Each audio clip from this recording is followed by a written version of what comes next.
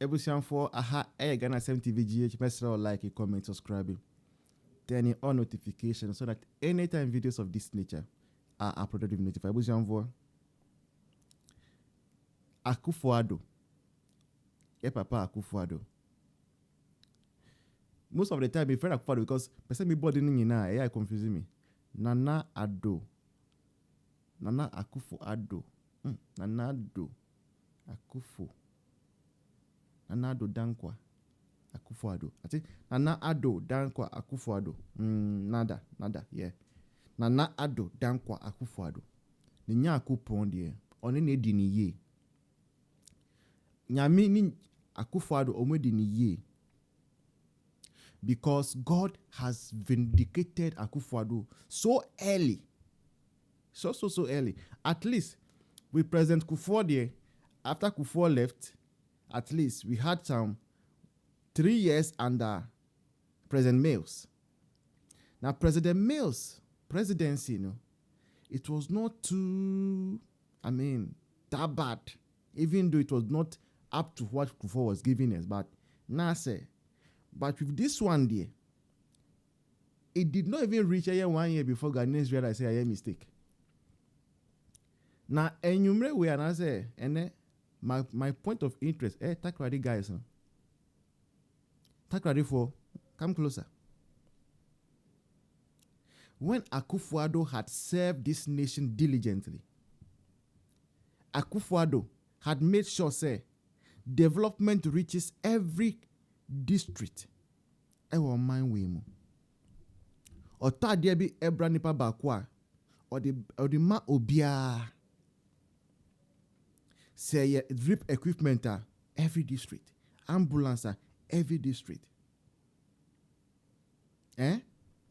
Ena mu Takoradi for mu chiefs etina se ehun se dey bi. Papa we nipa ya dia se osayeyi enye sa. Enti let's contribute our money and build a statue to honor this person. Uko Bible man, honor is very important. Honor.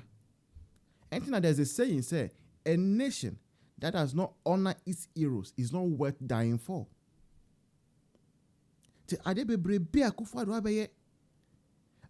Educate over 4.5 million children. I was senior high school. And can statue yourself. Statue. Yourself. Yen fan kura say anka aban no mpo ene ho say oh de Akufo Addo aye de osaye ena aban kura podi ne sika ye no anka ya asem we mpo enya aban yo ahimfo omo akoye statue no mbrantie bi wo ho a omo wa kudro they went to break down this statue omo asanko repair statue no bio mo asanko ho akoye the same thing. Now, Musa Brantie no mono, and then mutinase. Like when you sit and you look at the way His Excellency John Dramani Mahama is governing this country, don't you think that Akufo Addo deserves an apology from you? Don't you think, sir, Adi Amwaya no, Edi numi, and Ebremo? Because if maybe your Mahama His Excellency were to be performing more than Akufo Addo had done, ABI you'll have had reason for saying why did your chiefs eulogize Akufo Addo. But here clearly, as the signs are showing, and they continue to show day in, day out, let's just say, Akufo Addo was a spectacular leader. Akufo Addo was an incredible leader. Akufo Addo was a leader that was so intentional about policies. You people, me anka by now, I will anka mimikasanko for one. Those guys that went to break down the statue, mika hey, anka I would have done a video crying, rolling on the ground, saying Akufo Addo for me boni chemi, Akufo Addo for me boni chemi. An 80-year-old plus man who is still healthy. Oko program, deliver speech. I said, Papa be Martin, no, son, 80 plus. Munsro sa nepano. Munsro no. And he's been vindicated. You will not come and apologize. Hey, Bibi what we are see you. Bibi what we are see. Mu fandi agro. Bibi what we are see. So last meeting, say one of the guys, you are admitted in a hospital. Or confess. More Emma, don't come out and come and then apologize. You people will see. I mean, and you care so bad. It is nature. It is karma. It is karma. Because Muni Papa Ndini, you people did not treat the man well. You did not treat the man with respect. You denigrated the man.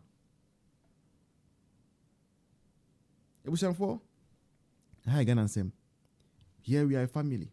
Thank you for watching. A longer conversation is happiness. There is this beautiful MPP communicator.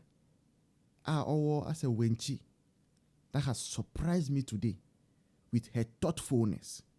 And I want you to listen to her argument. It is happiness. Don't go anywhere. Now before the negotiation for, help us rebuild, help us refurnish this studio by donating to the number that is beneath. Momo number, MTN number. Thank you to all who are donating. Thank you to all who are sending WhatsApps, also encouraging us. Don't go anywhere. The lady is happiness. I will see you in the next one. Cheers.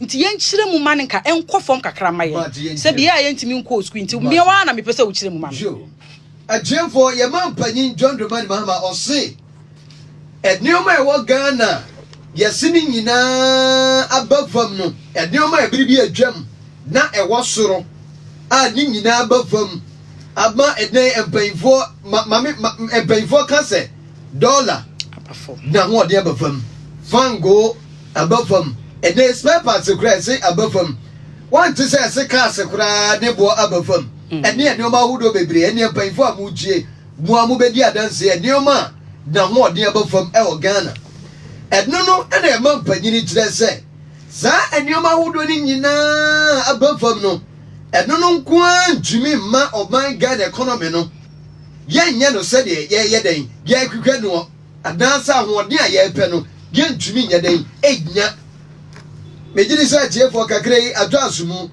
yate asepa bu jo agia na enti ye gina so a dollar loan no ye ntimi fan rate era ma se wa perform ya na wan perform that eno nko ntimi nhwe you see bones de bia na me kan asem bi se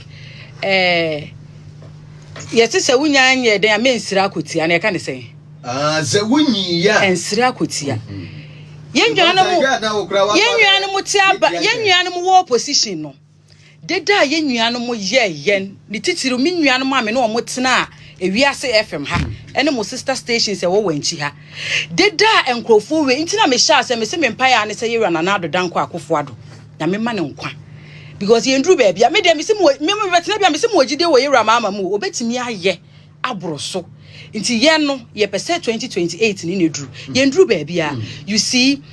And me brat na catch her say electricity ho nsem dey complained bones hwe Kumase had ye doso me nko na meti dan mu bones enka ne me nya obi a me kɔ se na meti hei me kɔ Wednesday so week bia me kɔ ba me to e bia 100 cedis na etimi so me be ye 1 month e ko 2 months bones na enu 3 weeks kura na asa people are complaining.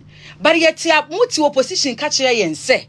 To a point, mo national communication director, mo waiting me chant yen say. Your company be a friend of Haptel Ghana. Doctor dear, but me adie.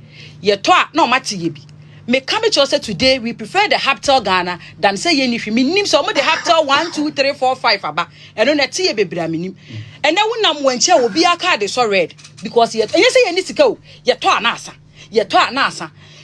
But me munya kan ya wo mo say dollar down inflation they say na ya mo time so unam social was dollar down na me ma me na woti dwom no a wo beto electricity wo beto water no ye see dollar down what the dollar na ye den bones enti me eye me de asema yera mama kan wa kan asem na de ama ne party nkoda no o ma hu say enye dollar down inflation na bones say ehia for mo Ghana ye no se sika for ye se ya te fango so me kokumasi bia 55 Ghana cedis na ye gime just a wo fa se o mo se Vox you said the same eno no mo beje o 70 cedis 55 no ye te fango so ba for yo eno Bones 55 na ye guso gime wonam ba bia o fe na wutua na eno ana Bones wo betua yenso ye se ya te fango so ya te na me na me nika me na me ni moto no me de be ye den Bones me bra iti han ne wa ma me ra ho se yen ene ye hye koko farmers achi to demonstrate for real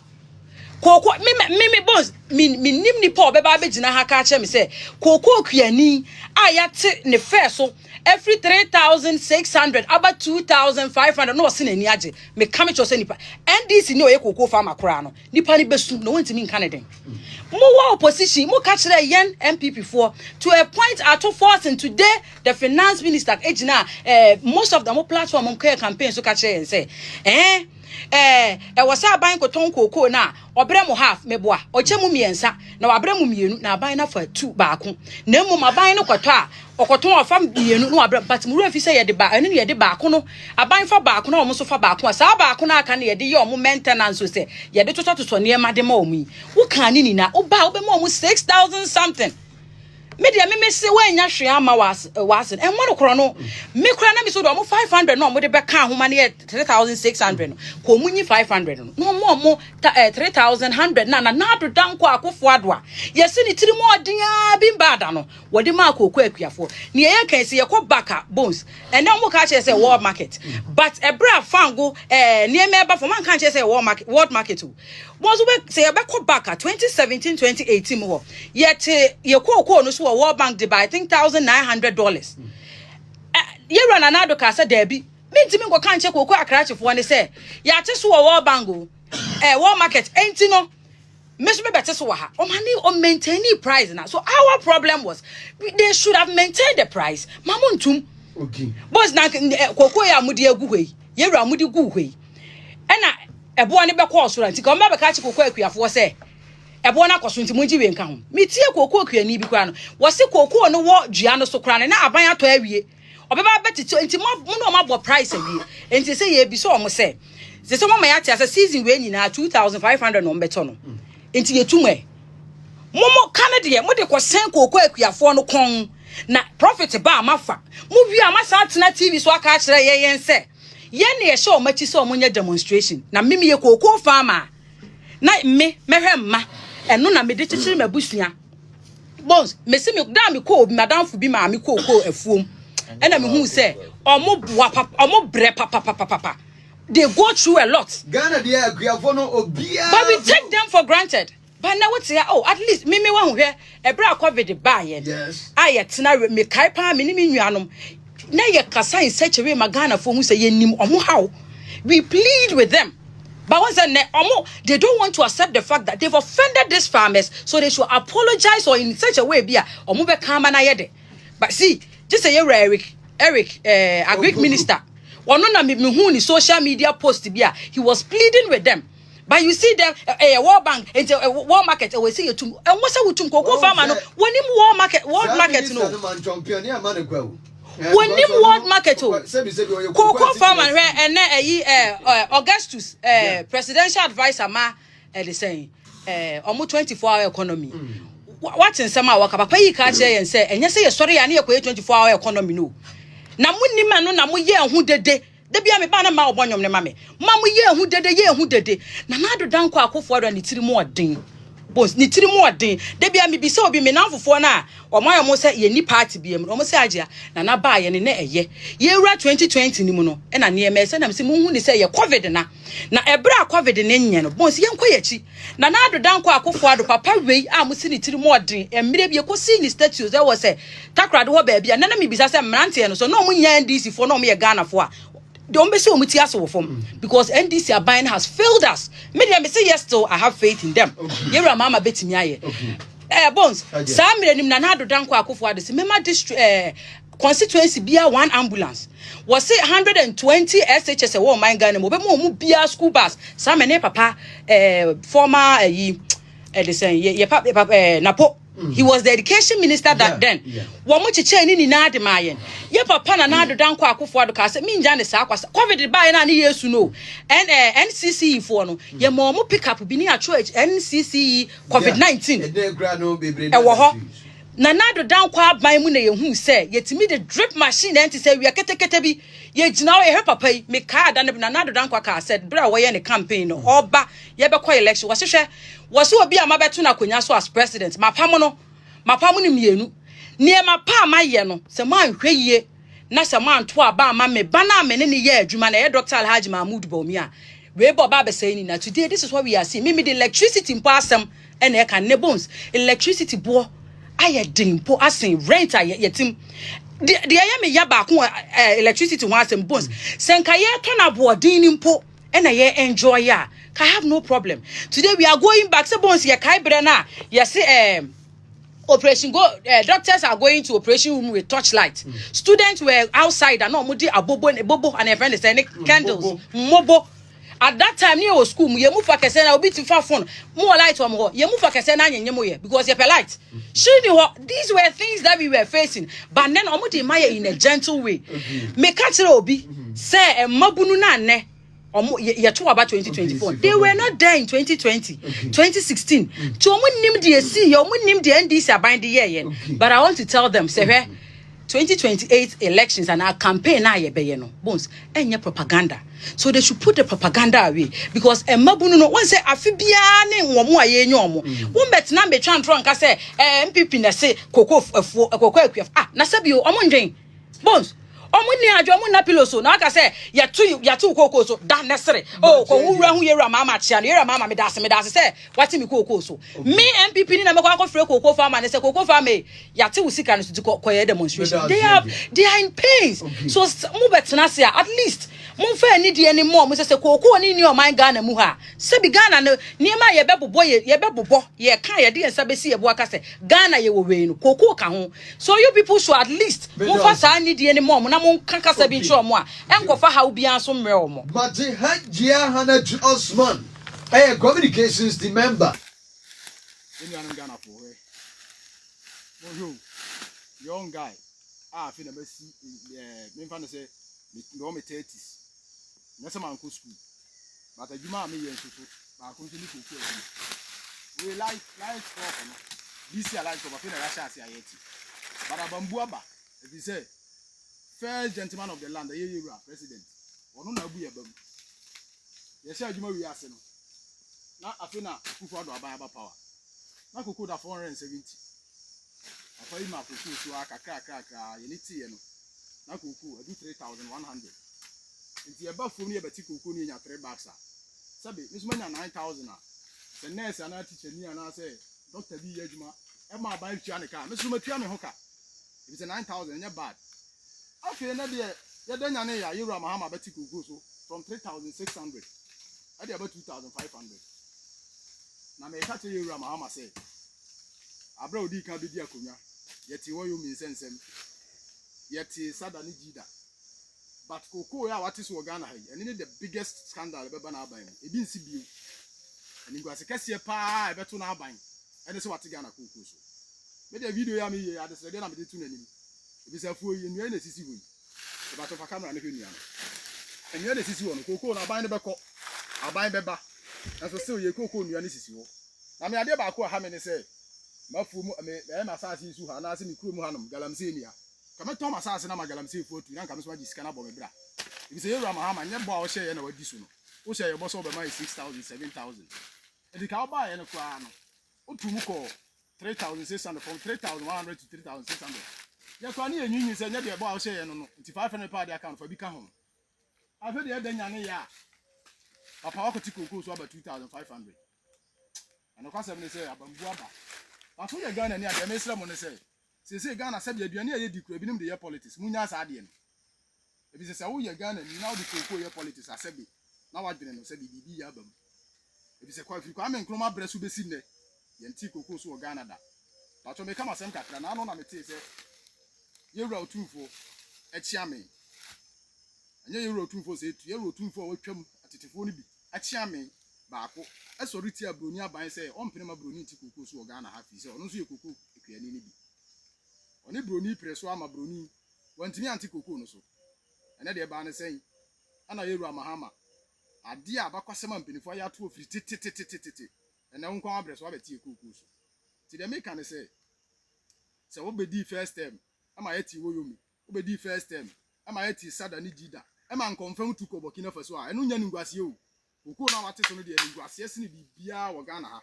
bi se bi nsida sesi am kokoo light crop na ya sha ase ayeti ni light crop ma sha ase leti ta jam ni ye no oba na so kogu aboye enso re se mu bia nim fi se kokoo no de ko marketa sika na nkasa nka woni da so obenya no ya te so sila so sika no nsa mai nanum ko busa me kra che se ka o de me dada no onfa ma me o se ka dada ne mai se fufuro ya meti me ye de pa na makonya sika de akotua me ka ma frifiri niema enti na se kokoo no mi ja te kra se mba so wo so ano ka se me se bambu aba o na de ka saka ho a awe kokura ne se se wo ko kra che ho na ko kama se mchire na kra che nso akobo besia de ato kokoo oto 100 bars gu ho 100 bars a oto ye no na nya nkodu dapu aban se wate so one bag bia krachi aboka 1100 enti 100 bars ono so aboka 1.1 billion tete sika no enti se krachi kra so peso to ajapade di kotua ka enti se kra de chese Ghana no yenya akuadwuma na yenye den ade na mumu kuafo sa